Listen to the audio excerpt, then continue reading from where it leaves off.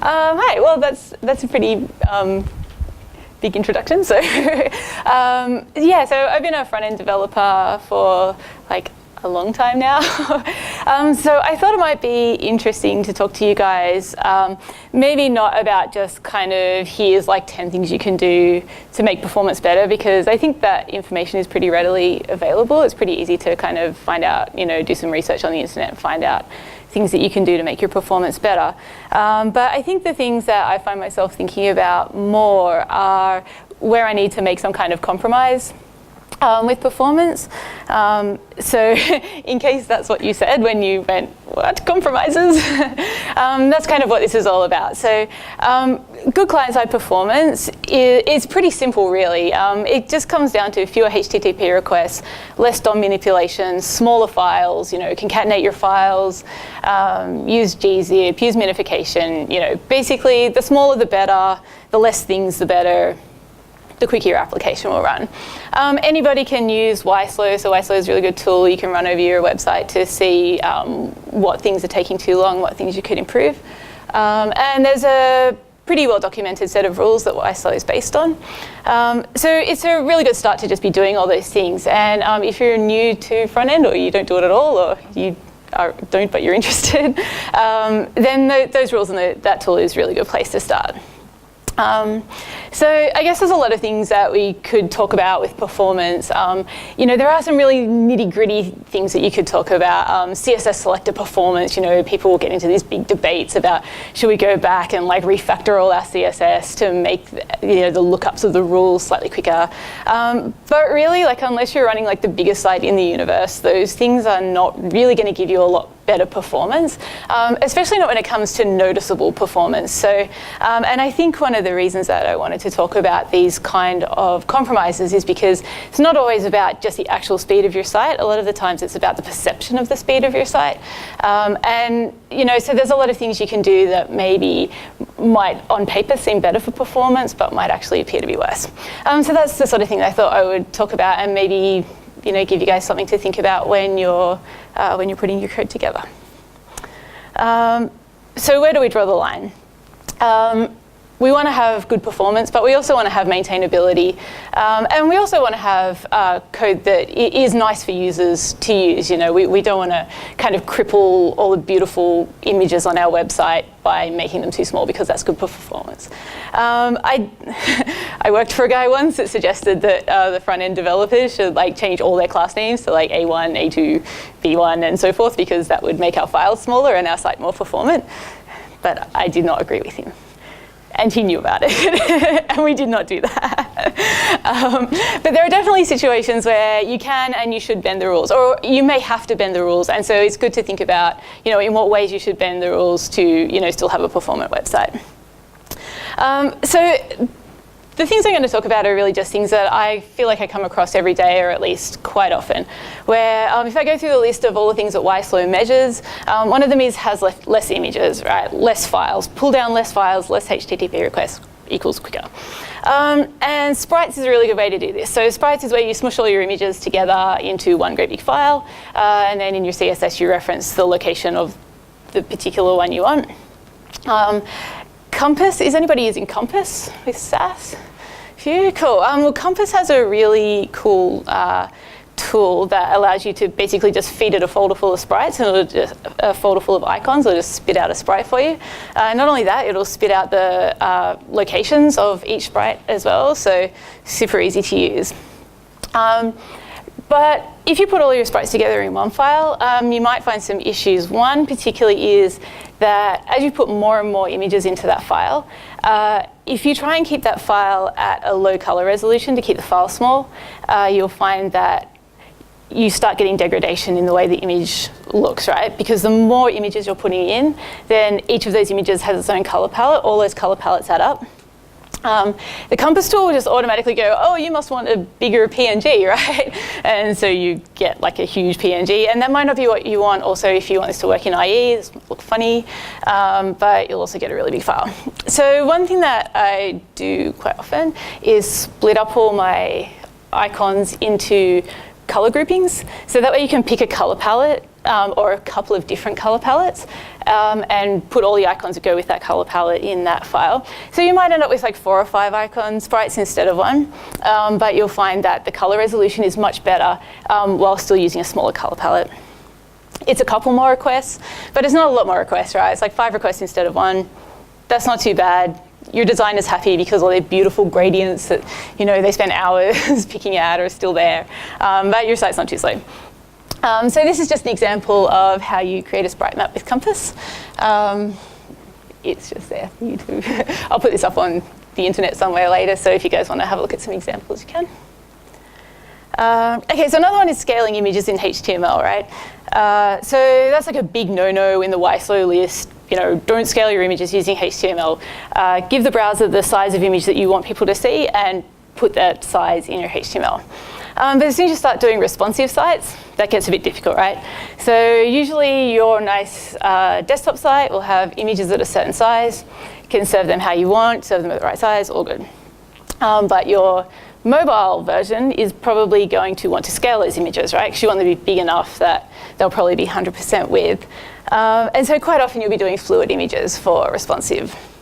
But it means that you can't really serve your images always at exactly the size that they're going to be rendered. So what's the best way to tackle this? If you can, serve different images depending on the device. You don't have to do this on the client side. There are tools that allow you to do this on the server side. And it makes it a lot easier because then you can let that sort of flow through, you know, sort of handle some of those things in the back end, handle deciding what image to send to what device. And I've got a link there for a tool called like Wurful or something, something like that. But that basically is a big catalog that allows you to match UA strings against a sort of known database of devices and decide what kind of device you've got. So when I was at Yahoo, we did a lot of responsive stuff, and that came in really handy because we had too many images and they were too big that we couldn't just rely on them being resized. But they had to be of a certain quality, so we couldn't rely on just sending down small images or sending down one that's in the middle. So I think that's sort of a good halfway point. And then it also allows you to, of course, send to make a distinction between what you think is a desktop site and send down the image at the size you want for desktop. And do still include the served images width and height in the HTML. If you can, that just stops too many reflows. So if you don't put those sizes in originally, the browser will kind of flow it as if it's at 0 height, and then as the image loads, you'll get the height. Everything reflows. So that's another way where you can kind of reduce the visible effects, even though you haven't really done anything to make the file smaller. All right, load mode scripts at the bottom of the page. So JavaScript, is everybody putting their JavaScript at the bottom of the page? Top, somewhere else? Cool. So kind of the general advice is load all your JavaScript at the bottom of the page. That way it's not going to block anything else from downloading. And you're going to see your content first. So the idea of this rule is that people want to see your content, and then all your fancy JavaScript stuff can come later. But while the overall time might be improved, if you've got JavaScript stuff that's really integral to the experience of your site, you'll probably find that users will perceive your site to have loaded slow. So even though it may have loaded quite quickly for the amount of content you've got, if you kind of have your page load and then 1 second later a bunch of stuff will flip around in JavaScript and starts working, to the user that was a lag, like that was a delay. So there's a few things you can do to counteract that. You can put your scripts in ahead, but then you're back where you started, right? Your scripts are all blocking everything else that's trying to download on your page, but at least you've got everything there at the start. So you can split your scripts up, and this was kind of something that we tried at Yahoo at first. Worked quite well, but it's a bit difficult to maintain, where we said, you know, all the scripts that don't really do anything that important that people have to see straight away, we're going to load at the bottom. But stuff that people really need to see, things that are above the fold, you know, that we think are going to look weird if they load later, then maybe we'll load those in the top. But there is a better solution, which is script loaders. So we were lucky at Yahoo that we had access to all the YUI tools, and YUI has a really good script loader. At Campaign Monitor currently, we're using Require.js, or where our new projects are using Require.js. So Require.js is a script loader for JavaScript. Out of the box, the idea of it is that you can maintain all your dependencies in JavaScript, so you don't have to guess, make sure that script A is loaded before script B, like Require will take care of all that, and make sure that everything that you require is loaded in time. And it also loads modules asynchronously out of the box. So if you start using Require tomorrow, you can basically call your scripts any way you want. So if you, say, decided to call some scripts at some point in your HTML where it was really important, then that script would still pull down all its dependencies, only dependencies it needed at a time, and continue to run. So that's really cool, but we want to minify our files still, right? Like, we don't really want to have everything sitting separately. So Require.js also has a tool, an optimization tool called r.js. And that basically provides you with an automated build that is based on all the files that you have required in your Require scripts. You can, and it minifies and concatenates everything, but it's still loaded asynchronously. So even though it puts everything in one file, that one file is loaded asynchronously. So even though it's being loaded at the top, it's not actually blocking all the rest of your scripts coming down. So you're optimized, you're available earlier, and it's not blocking. Awesome. But if that's still not enough and you want more out of your scripts, you really want to be able to have some things available like right at the time you need them and have other stuff later.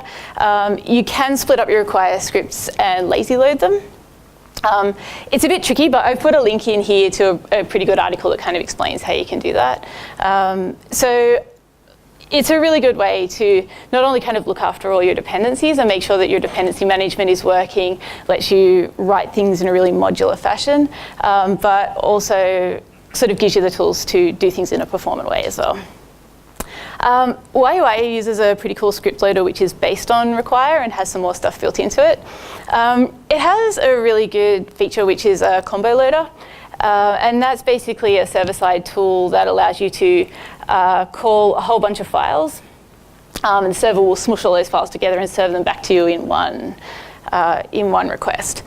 So that combo loader is open source. I imagine it'd be quite a lot of work to tailor it for your own project, but it is available, and there's a lot of tools out there that you can try different things if you need your site to be really performant or you really need to load specific scripts at specific times. There are tools out there to let you do that. So the other thing that I thought I would mention that I think is really good for maintainability and really good for writing nice modular code, but can sometimes not be great for performance is Sass, and trying to apply some OO principles to Sass. So who knows what OOCSS is? Here. Okay, cool. So the idea of OOCSS is basically to write small modules of CSS that you can then apply in combinations in your HTML. So that's really cool in that you have small modules of CSS, but it can mean that your HTML gets quite cluttered with class names. So on one hand, you want to keep your CSS modular, but on the other hand, you might want to keep your HTML fairly clean and keep it readable, not have too many class names going in there. So Sass offers a lot of tools that help you do that. And it really allows you to construct your code in the way that you wish. You can create a structural hierarchy within Sass, and that kind of helps you push that design complexity into your style layer, which is sort of where it should be, right? Like, you don't really want to be representing the complexity of your design in your HTML, and that's the whole idea of not having, excess HTML tags and stuff for the sake of design. But at the same time, you still want your CSS to be performant.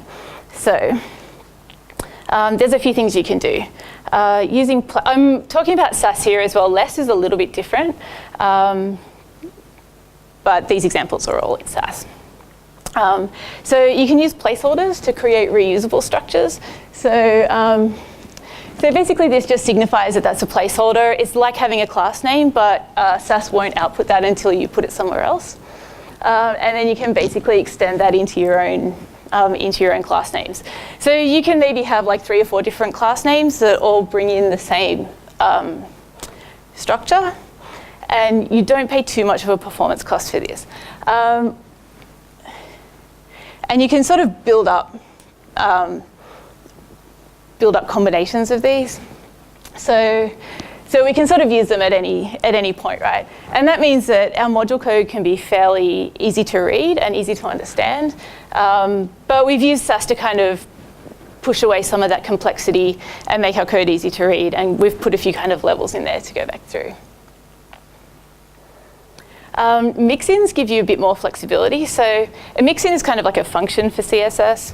So a mixin allows you to pass in some parameters and get some CSS that's based on the result.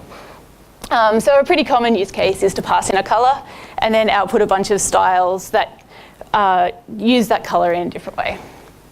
And we can do a similar thing here where we've got a few different kinds of buttons, but we're using the same mixin to generate them, just with some different colors passed in. Obviously, you can do that with any parameter, but color is just an easy example to show. But you have to be careful of the final output. So placeholders will generate a single rule where all the selectors are pushed together into one rule. So our button here we'll basically get some CSS that has all the class names that I've applied it to, but it only outputs the rule ones. So this is pretty good, right? You're not paying a big performance cost for this, as in you're not generating a massive file. But if you do this with Clearfix on a site with like hundreds of things that you're applying it to, then you will have problems. And IE will eventually stop reading your CSS file if your selector is too big. So it's one to keep an eye on, but you're not adding too much to your code this way. Mixin styles, however, are repeated wherever you use them. So because our mixin had to have different outputs depending on the inputs, there's no way for Sass to smush those together. So every time you use a mixin, you'll get the entire output of the mixin. So you have to remember that, because your Sass can start to look quite clean and beautiful and functional, but you have to be careful of the output CSS. So this is the kind of thing you'll get if you use mixins. So those two mixins I showed before, this is roughly the CSS that they would output. So you can see that it's a lot bigger. Sass it can't really do anything to push those together. Still really useful, but just remember the implications of doing so. So that's all I've got.